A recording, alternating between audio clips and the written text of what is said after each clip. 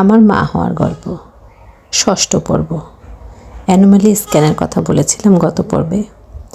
Anomaly স্ক্যানের রুমে ঢুকে আমার প্রথম প্রশ্ন ছিল বরকে ভিতরে ঢুকতে দেবে কিনা। ওনারা বললেন নিয়ম নাই, কেয়ার করা। এই প্রথম বাবুর হার্টবিট শুনলাম।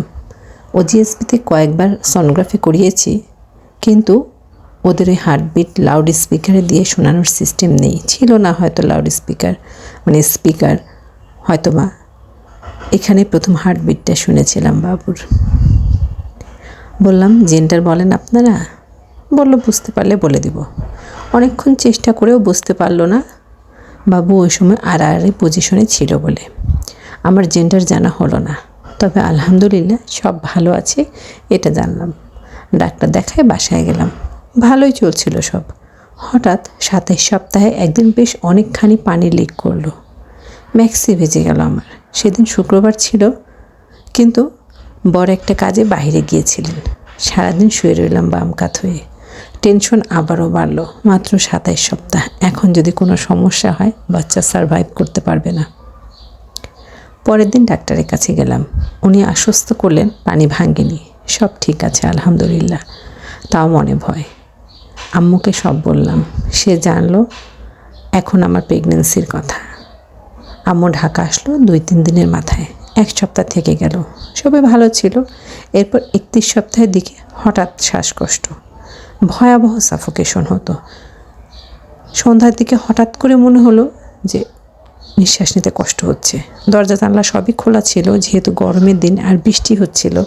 আবহাওয়াটা খুব গরম ছিল তেমন না, কিন্তু তারপরও সাফোকেশন বেড়েই গেল। ঠান্ডা লেগেছিল অতিরিক্ত গরমে, তবে শ্বাসকষ্ট হওয়ার মতো না। সেদিনই সন্ধ্যার সময় একবার আপুকে ফোন দিলাম, আপু আসতে পারবে কিনা। তখন ইমার্জেন্সিতে ওজিএসপি যেতাম, কিন্তু আপু ছেলের কোচিংয়ে ছিলেন। বর তখন অফিসে। আমি অপেক্ষা করলাম পরদিন সকালে ডাক্তারের কাছে যাওয়ার জন্য। পরদিন সকালে আমি আর যাইনি, বরকে পাঠিয়েছিলাম, কারণ ওই 5 তলা সিঁড়ি দিয়ে ওঠা নামাটা সমস্যা। বর গিয়ে আর আমি সম্পূর্ণ ডিটেলস লিখে দিয়েছিলাম। ডিটেলস বলার পরে ম্যাডাম মেডিসিন দিলেন, যে মেডিসিন খেলে ঠিক হয়ে যাবে। বর ডাক্তারকে দেখিয়ে বের হয়েছেন, অফিসে চলে যাবেন। সন্ধ্যার সময় স্বাভাবিকভাবে ওষুধ নিয়ে আসবেন। কিন্তু আমি এত খারাপ লাগছিল যে আমি আর ওয়েট করিনি, আমি নিজেও গেলাম। বের হয়ে রিকশায় উঠে বরকে ফোন দিলাম। তখন উনি বললেন যে আমি ডাক্তার দেখিয়ে 1 নাম্বার চলে আসছি। কেয়ার করা। আবার ফেরত আসলেন ওজিএসপি উনি। আমি আবার গেলাম, আবার ম্যাডামকে দেখালাম। ম্যাডাম বললেন যে ওষুধ দিয়েছি সেটাতে ঠিক হয়ে যাবে। আমি বললাম যে ম্যাডাম অস্বাভাবিক শ্বাসকষ্ট হচ্ছে। তখন ম্যাডাম একটু ভয় পেলেন। তারপর আমাকে একটা ইসিজি করতে দিলেন, যে ইমার্জেন্সি, তাহলে একটা ইসিজি করেন, দেখেন কী অবস্থা। ইসিজি করালাম। ইসিজিতে একটু সমস্যা আসলো। ম্যাডাম আবার পাঠালেন ওই হসপিটালের অ্যানেস্থেশিয়া ডাক্তারের সাথে পরামর্শ করতে। ওই অ্যানেস্থেশিয়া ডাক্তার আবার ইকো করতে বললেন। আবারও ম্যাডামের কাছে গেলাম, যে ইকো করতে বলেছি ম্যাডাম, কী করব। তো যেহেতু আমি পর্দা করার চেষ্টা করি, ম্যাডাম আমাকে বললেন যে আপনি ইকো করাতে হলে হার্ট ফাউন্ডেশনে করায়েন, হার্ট ফাউন্ডেশনে মহিলা পাবেন। গেলাম হার্ট ফাউন্ডেশনে। লম্বা সিরিয়াল, আর চট করে হচ্ছে যে টেস্ট করানো সম্ভব না। হার্ট ফাউন্ডেশনে যারা যান তারা জানেন যে ওখানে কী পরিমাণ সিরিয়াল থাকে, কী পরিমাণ সিস্টেমেটিক ওয়েতে মেনটেন করতে হয় সব কিছু। কিন্তু আমি প্রেগনেন্ট দেখে ওখানের এক আপু আমাকে সহযোগিতা করলেন, সাথে সাথে সিরিয়াল দিলেন, ওয়েট করতে হলো না। আর সেই সময় মহিলা ডাক্তারের ডিউটি ছিল না। মহিলা ডাক্তার আসবেন 3টা থেকে, কিন্তু আমি গিয়েছিলাম 12:30টায়। অন্য একজনকে দিয়ে তখন হচ্ছে আমার ইমার্জেন্সি ইকো করানো হলো। রিপোর্ট, যেহেতু ওটা বৃহস্পতিবার ছিল, রিপোর্টটা দিল শুক্রবার দিন। কিন্তু আমি আমার বরকে শুক্রবার আর রিপোর্ট নিতে যেতে দিইনি, যে আপনি বাসায় আছেন, সারাদিন বাসায় থাকেন। ওই সাফোকেশনের একটা ভয়াবহ ভয়। শনিবার দিন সকালে রিপোর্ট নিয়ে আমি আর আমার বর দুজনেই গেলাম। অ্যানেস্থেশিয়া ডাক্তারকে প্রথমে রিপোর্ট দেখানোর কথা, তাকে দেখালাম। তিনি বললেন সব নর্মাল আছে, সমস্যা নেই। আর হচ্ছে তারপর ম্যাডামকেও দেখালাম। ম্যাডামকে দেখিয়ে বাসায় আসলাম। ম্যাডামও বললেন যে সব ঠিক আছে, টেনশনের কিছু নেই। ওষুধগুলো কন্টিনিউ খাচ্ছিলাম, বাসায় আসলাম। ম্যাডাম যেহেতু আগে থেকে বলেছিলেন 33 সপ্তাহ পর কার্ভা বন্ধ করে দিতে, 33 সপ্তাহ পর কারভা বন্ধ করে দিয়েছিলাম। এর মাঝে রোজায় কোরআন শরীফ 1 খতম দিয়ে আবারও শুরু করেছিলাম। মনে হয়েছে এটা একটু একটু করে পড়তে থাকি, দেখা যাক। তারপর মনে একটা ইচ্ছা তৈরি হয়েছিল যে এটা যদি খতম দিতে পারতাম। চেষ্টা করছিলাম নিজেকে ব্যস্ত রাখার, যত বেশি ব্যস্ত থাকতে পারি তত শারীরিক সমস্যাগুলো কম বুঝতে পারি। আম্মু যখন আসছিল 7 মাসের সময়, তখন বাবুর জন্য একটা কাঁথা পেতেছিলাম। আমার এক আপু আসছিল সাথে, আপুকে দিয়ে কাঁথাটা সেলাইয়ের জন্য নকশা তুলেছিলাম। তো ইচ্ছা ছিল খুব বাবুর জন্য নিজে একটা কাঁথা সেলাই করব বাবু হওয়ার আগেই। তবে প্রথম ছিল আমার যে যেহেতু দ্বিতীয়বার কোরআন শরীফ পড়া শুরু করেছি, এই খতমটা শেষ করি আগে। তারপর শেষের সময়গুলো গরমে অনেক কষ্ট হয়েছে, শরীর ভরে গিয়েছিল ঘামাচিতে। ঠান্ডার মেডিসিন 1 মাস টানা খেলাম।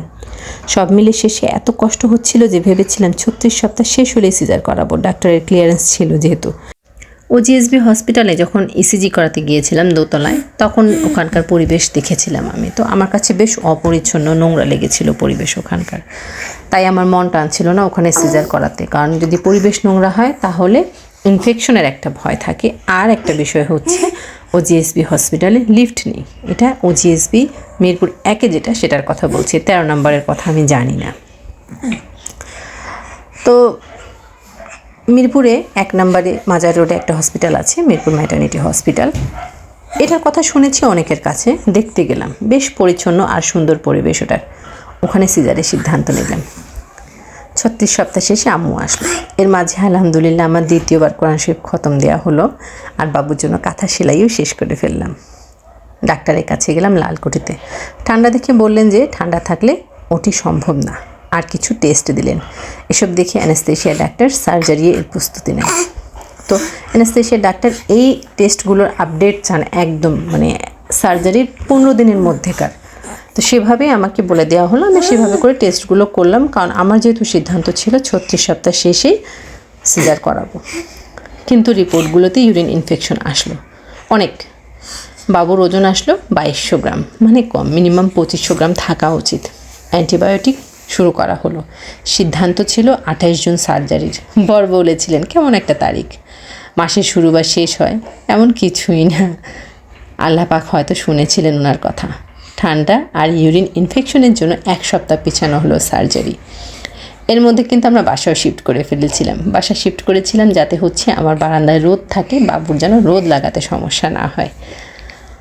তো আমরা বাসা শিফট করি 30 জুন দিনের বেলা।